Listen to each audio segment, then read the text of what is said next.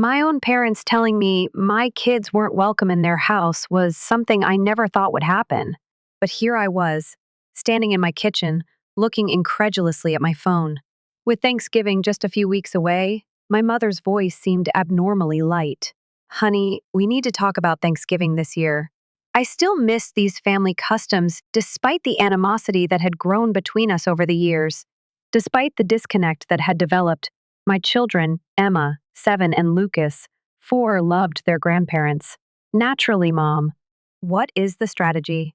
I could immediately picture their home and the aroma of cinnamon, roasting turkey, and the coziness of a family get together. Then there was a silence, just long enough to make me shiver. Well, she replied, clearing her throat, this year, we're doing things a little differently. It's going to be a smaller dinner, just adults. Something more intimate. I scowled. So, no kids at all? One more pause. She spoke the words, well, no, not exactly, with greater hesitation. My stomach clenched into a frigid knot. What do you mean? Mom sighed, as if she were the one being irritated. Ally, we love your kids. We really do, but they're a bit, energetic.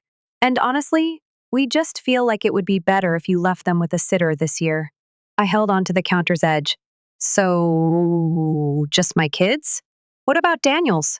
My parents saw Daniel, my older brother, as the golden child who could do no wrong, even when he did. When Mom paused, I realized. Daniel and Sophie are bringing their boys, she acknowledged.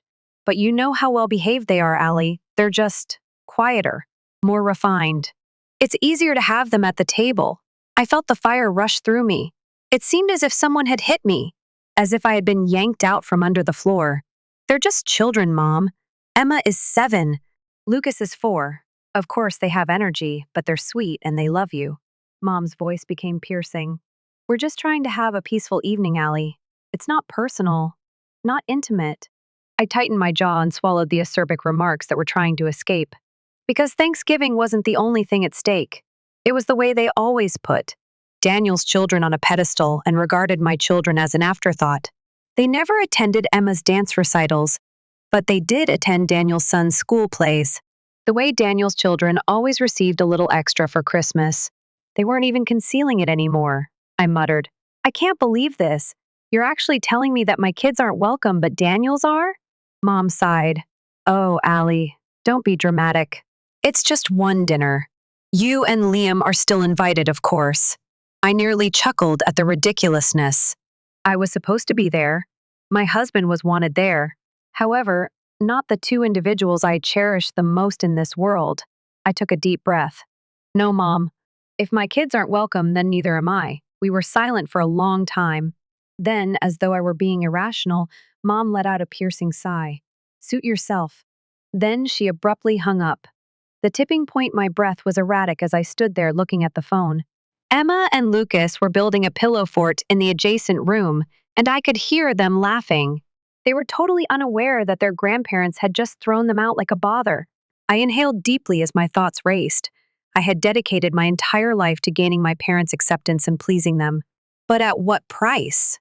Furthermore, if I allowed them to get away with it, if I attended that dinner while my children waited at home, wondering why they weren't good enough, that would make me what kind of mother? I had stopped doing this. Their decision had been made. It was my turn to make mine now. And sooner rather than later, they would regret it. The repercussions start. Daniel texted me when I got up the following morning. Daniel, according to Mom, you're being tough on Thanksgiving. Why must you make things so dramatic all the time? My jaw tensed as I gazed at the television. She had already run to him, of course. Me? So she told you that she invited your children but not mine? The bubbles of typing appeared. Then it came to a standstill. It took a minute before he answered. Daniel, Allie, she simply wants a quiet meal. Your children can be a lot, a great deal. As if they were an inconvenience. As if they were something to be tolerated rather than cherished. Something broke inside of me. Me, Daniel, have a wonderful Thanksgiving. The first will not be present. Before he could reply, I switched off my phone. It's okay if they didn't want my kids or me at their table. I would never fit in with their world. and they were going to discover the true meaning of that. The scheme I had been the trustworthy one for years. My folks phoned me when they wanted someone to come get their groceries. I was the one who drove over to fix their Wi-Fi when it stopped functioning. I was left in charge of making calls and running errands when they requested assistance for a family gathering. Daniel, too? He had the opportunity to be the golden child, getting all the benefits while doing the very least. However, if I weren't a member of their chosen family after that, they would no longer gain anything from me. Mom called again a week before Thanksgiving. I contemplated disregarding it, but I did respond at last. Hello? Mom spoke in a wary tone. Allie, I just wanted to check in. I know you were upset, but I really hope you'll reconsider. We would love to have you and Liam there. Not the kids and me. Liam and I alone. I inhaled deeply. I meant what I said, Mom. If my kids aren't welcome, neither am I. She let out a deep sigh as though I were wearing her out. I just don't understand why you're being so stubborn. It's just one night. I tightened my jaw. You've made it clear where we stand, Mom. I won't bother you again. Ally, don't be like this. Before she could finish, I hung up. And now? I refrained from crying. My parents didn't remain silent for very long. My phone flashed with an incoming call 3 days following the call. Daniel. I considered ignoring it, but my curiosity won out. With a sharp exhale, I responded, What are you looking for? Daniel wasted no time. Ally, what the devil? He skipped the politeness and snapped. Mom just called me crying and said you interrupted them. What's wrong with you? I squeezed the bridge of my nose and closed my eyes. Did she also mention that they have been secretly exploiting my credit card for years? A pause. Then, more slowly, less confidently, she claimed that you were assisting them. My throat swelled with a laugh devoid of humor. Aiding them? They have amassed thousands of dollars on my account without my consent, Daniel, while disregarding my children. However, let's pretend that I am the villain in this situation. He let out a sigh, obviously struggling to contain his annoyance. Look, I understand your anger, but cutting them off entirely? That is excessive. Oh, you mean how my kids weren't allowed to attend Thanksgiving at all? His tone became tense. Ally, all they wanted was a quiet evening. My rage was getting the better of me. A quiet night? Did they tell you that? So, let me clarify this. My children aren't good enough for their table, but they can still spend my money? I understand, Daniel moaned. This is being twisted by you.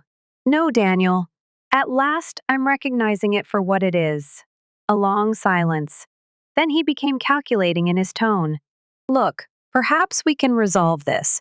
What if you simply set boundaries while continuing to assist them, similar to a lesser monthly payment? In this manner, nobody needs to endure the consequences of a miscommunication. I let out a chilly chuckle. Let me clarify this. They genuinely told me they loved your children more than mine. Therefore, do you want me to keep giving them money? He complained. They didn't mean it that way.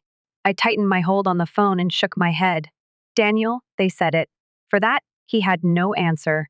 A little later, his voice became rigid. All right, you are free to be selfish if you so want. However, don't count on your parents to pardon you anytime soon. I grinned. I'll make it through. And I hung up before he could argue. No more free work. My parents continued their custom of giving me the silent treatment for the next few weeks. No phone calls. Don't text. I assumed they were holding out for me to give in. I hoped to return, stumbling, pleading for their acceptance like I always had. However, they were unaware that I no longer needed it for the first time in my life. And they executed one more desperate prank precisely when I thought they had finally given up. The letter. When the letter arrived, it was the week before Christmas.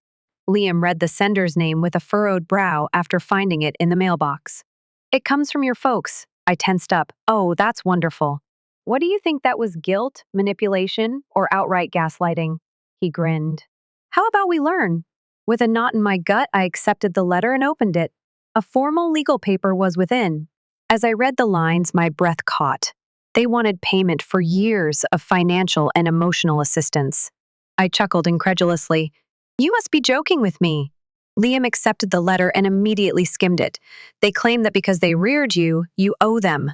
For all the monetary sacrifices they made in order to ensure your welfare. He clenched his jaw. Are they genuinely attempting to charge you for your own upbringing?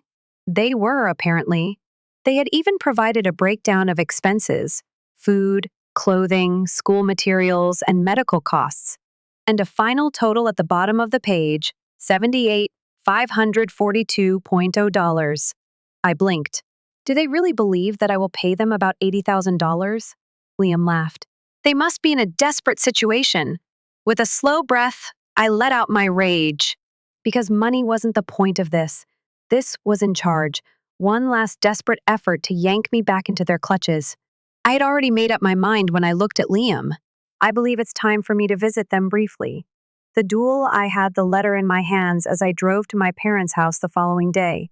I knocked. Mom's face stiffened instantly as she opened the door. Oh, so you're here now? I didn't fall for it. I displayed the letter. You really believed that this would work? She crossed her arms. That's what's just. I gave a harsh chuckle. Just, you demand free money from me for the rest of your lives, yet you want to charge me for being your child? Dad popped up in the doorway, looking smug. Ally, we made many sacrifices for you, and you're leaving us now. I shook my head and glanced at them. No, father. You left me behind when you explicitly stated that my children were inadequate, when you stole from me and lied, when you assign a value to my value. Mom's mouth formed a thin line. I suppose we'll need to hire lawyers if you refuse to pay. Unfazed, I looked her in the eye. All right. She blinked. What? I folded my arms. Bring me before the judge. If you are suing your own daughter for expenses from 20 years ago, try to explain the situation to the judge. Watch how that turns out. For the first time, they appeared uncertain. Dad cleared his throat. We simply assumed you would want to put things right. I chuckled. Oh, I'm correcting the situation. At this moment, their eyes widened as I tore the letter in two. I have finished serving as your personal ATM. Mom's face twisted in rage as she gasped. You unappreciative little. I pivoted on my heel. Happy Christmas. And suddenly, I turned to leave. I felt lighter for the first time in my life. Because I came to a realization. The money didn't bother them. The reason they were furious was, for the first time in history, I was in complete control, and I had no intention of returning it. I assumed my folks would eventually back off when I ripped up their absurd demand for money. That, perhaps just possibly, they would sit amid the ruins of their own conceit and see how far they had driven me. But they're liked by people? They remain constant. They simply become worse. The guilt trip to Christmas, it began modestly. 2 days before Christmas, Mom texted, Mom, this is absurd, Allie. We are related. You don't abandon your family because of a pointless quarrel. I choose to disregard it. Another message the following day. Mom, you're forgiven. We'll forget this ever occurred if you join us for Christmas dinner. It nearly made me chuckle. Do they pardon me? Then, after a couple of hours, Daniel, Allie, they're in a lot of pain. Please apologize so that we can proceed. I gave an eye roll. Naturally. I was the one who had done something wrong in his universe. I responded by typing it out. Me, it's funny. When they were robbing me, they weren't in pain. Or when I was informed that my children were not welcome. I believe they will live. I sent it. Then, his number was blocked by me. Christmas Eve. The surprise attack. The tree was just being finished by Liam and me. Too thrilled to sleep. Emma and Lucas were dancing around the living room in their jammies. It was flawless. Then, the doorbell rang. Liam and I looked at each other. No way, he subvocalized. I approached the door, inhaled deeply, and pushed it open. And there they were. Mom, Dad, Daniel, and Sophie, Daniel's wife. An ambush occurred. I folded my arms. What do you want?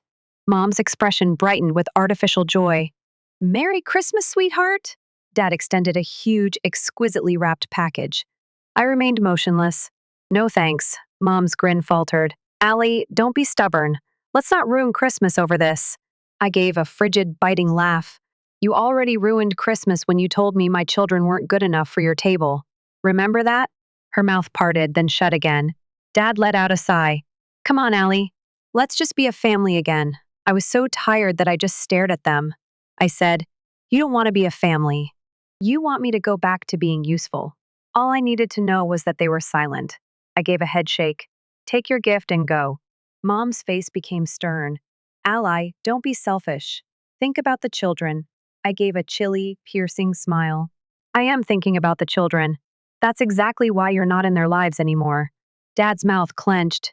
You really want to do this? I let out a breath. I already did. I then slammed the door in their faces. We had the most wonderful Christmas ever that evening. With their laughter resonating throughout the home, Emma and Lucas threw themselves into their gifts. Before the kids dozed off on the couch, we watched Christmas movies, played board games, and drank hot cocoa. In my life, and for the first time, I wasn't attempting to prove myself during Christmas. We were the focus. Actual family, selected family. That is, the sort without restrictions. The type that doesn't require you to earn affection. That type of person loves you because they want to, not because they want something from you. That seemed to be the end of it. That my parents would finally recognize that I was done after I was rejected at my front door, humiliated at Christmas, and cut off financially. However, I didn't realize how much power they believed they still had over me, because they did something that I didn't anticipate on New Year's Eve. New Year's Eve, the last danger, it was intended to be a new beginning on New Year's Eve, a night to move on from the past and into a more promising future. As I arranged the snack table and music and laughter filled our house, I told myself that, running around in their tiny party hats and counting down the minutes till midnight, Emma and Lucas were giddy with anticipation. Liam had a gentle smile on his face as he poured champagne. That night was ours, our festivity. Then the rap. My gut twisted as I froze. Liam gave me a quick look. You think? I was aware beforehand. I approached the door, inhaled deeply, and pushed it open. And there they were. Mom, Dad, Daniel, Sophie too. I folded my arms. What do you want? When Mom wanted something, she always smiled, but it was in that phony, syrupy way. We just want to talk. No thanks. Dad let out a sigh. Allie, enough. You've made your point. Now let's fix this before things go too far. I squinted. Too far? What does that even mean? Mom and Daniel looked at each other. Then she said it. We just don't want this to affect the kids. Her tone made my skin crawl for some reason. What are you talking about? With his arms folded as though he had been wronged, Daniel took a step forward. Mom and Dad have been talking to a lawyer. I felt a chill of dread wash over me. A lawyer? I said carefully again. Mom nodded, phony sympathy shining in her eyes. We're just worried, Allie. You've cut your children off from their real family over a silly misunderstanding. That's not fair to them. My heart raced. What are you trying to say? Dad cleared his throat. We've been looking into grandparents' rights. The sound of the blood rushing in my ears was all I could hear for a time. Then I chuckled.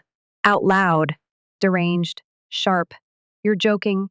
Daniel's expression contorted.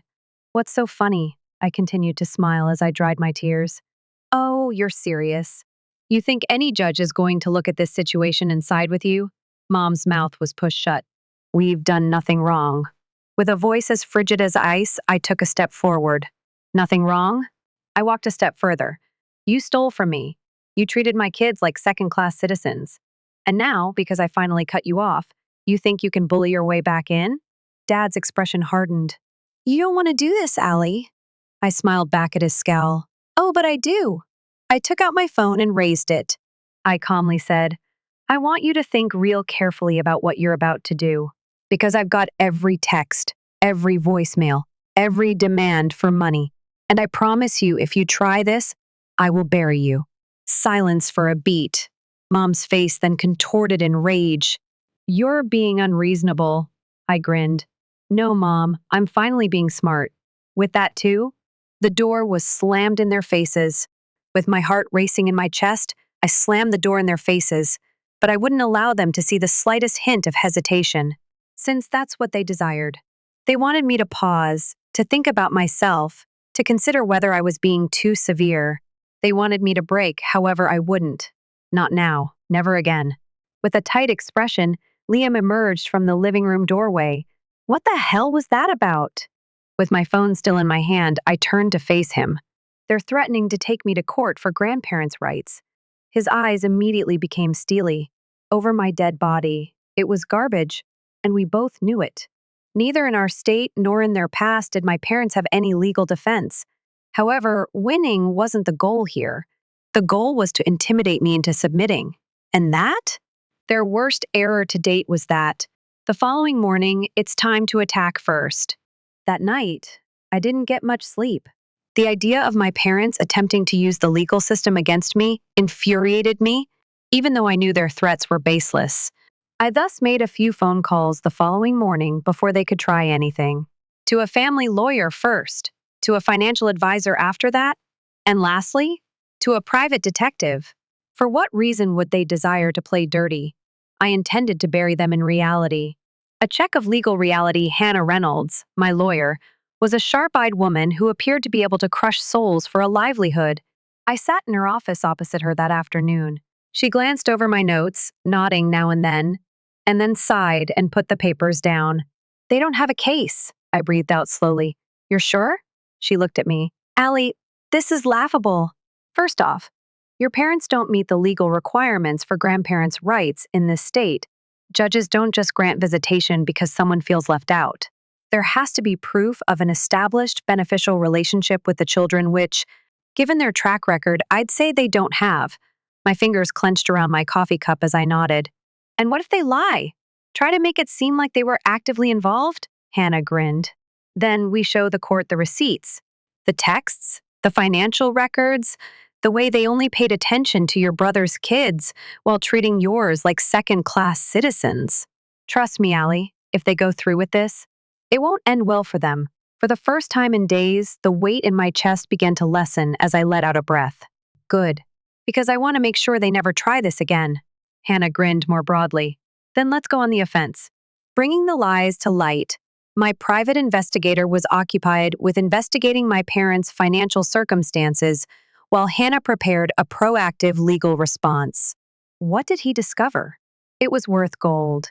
They had been boasting about that upper-middle-class lifestyle for years, based on debt, a mortgage they could not afford, numerous maxed-out accounts, and enormous credit card debt. And you know what else? Daniel, their beloved golden child, wasn't doing much better. Despite all the gifts from our parents, it turned out that he owed more money than I did in my 20s.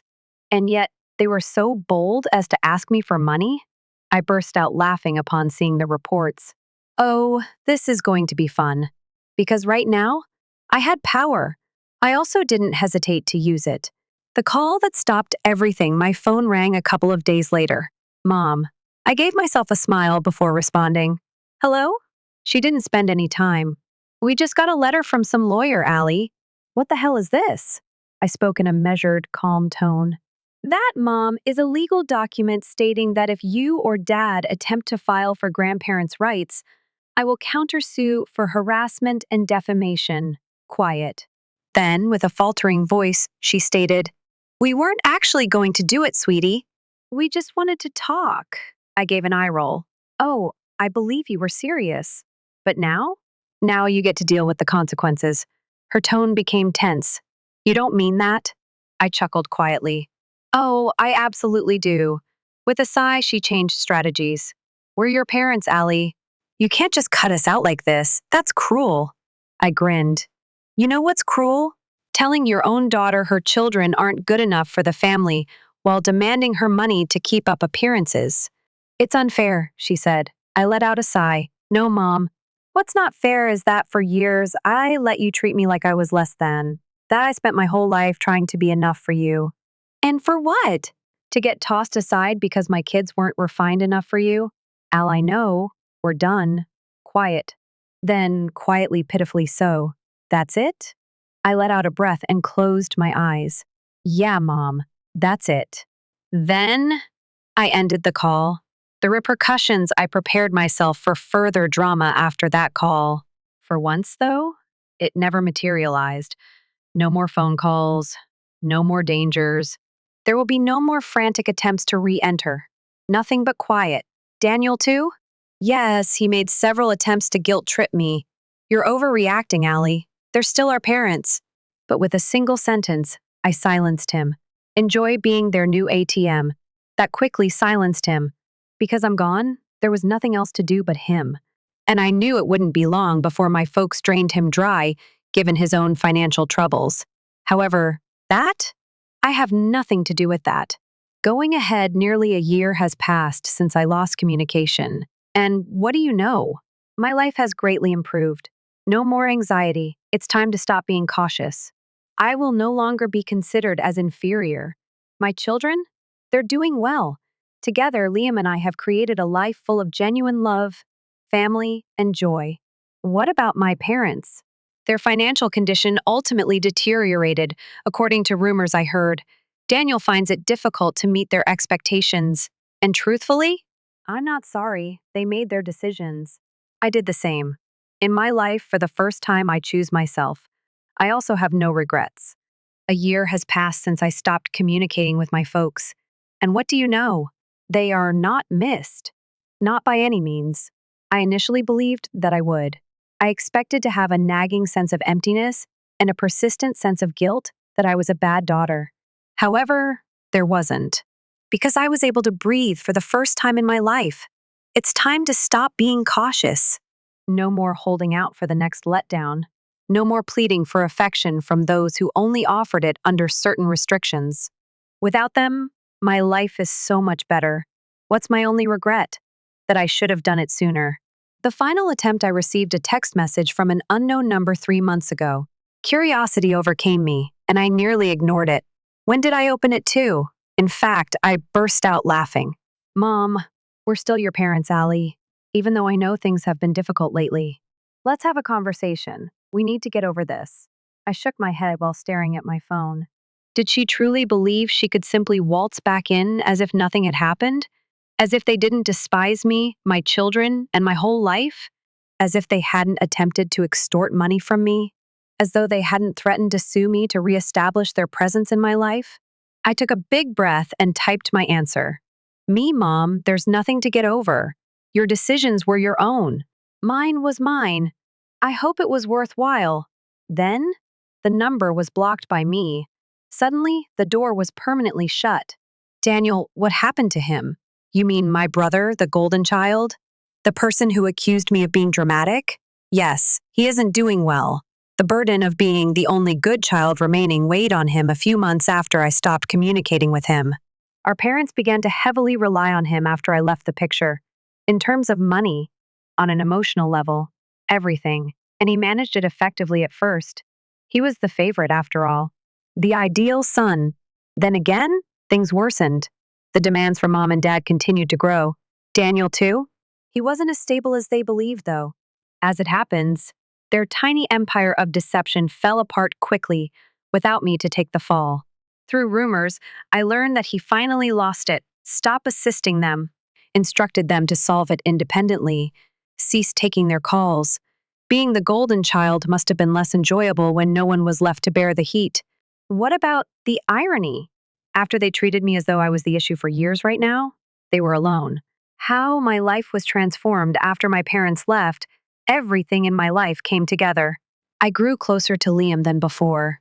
Our children are flourishing content, cherished, and never left questioning their own worth. And me? I gave up attempting to fit in with those who didn't value me. I invested that energy in my career, my family, and my own personal happiness. I don't feel like I need to prove anything for the first time in my life. I am sufficient. I was always. Furthermore, I'm not going to waste any more time trying to persuade individuals who didn't deserve me in the first place. The concluding remark out of all of this, if I've learned anything, it's this. Blood is not what defines a family. It all depends on who shows up for you. It all comes down to who unconditionally loves you. And occasionally, walking away is the strongest and finest thing you can do. Since certain individuals are not deserving of a place at your table, what about my parents? Long ago, they lost their seat.